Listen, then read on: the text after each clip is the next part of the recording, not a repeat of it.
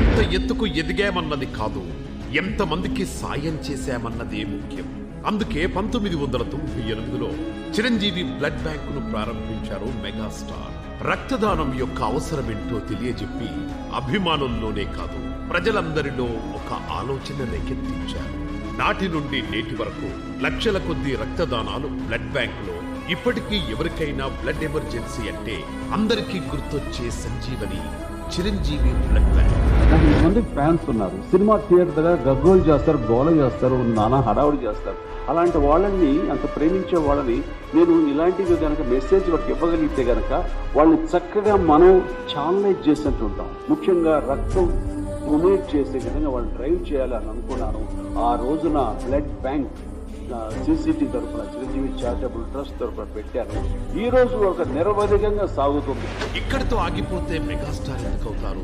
Blood bank తో పాటు I bank కూడా స్టార్ట్ చేశారు. నేత్రదానం వల్ల ఎంతో మందికి కంటి చూపును ప్రసాదించారు.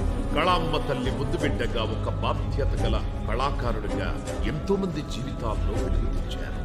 ఆకాశమంత కీర్తి ఉన్న ఆవగింజంత అహం లేని మెగాస్టార్ గారు సాయం చేయడంలో అభినవ కర్ణుడు అనడంలో అతిశయోక్తి కాదు. బయటకు రాని ఎన్నో సాయాలు చేసిన మనసున్న హీరో మెగాస్టార్.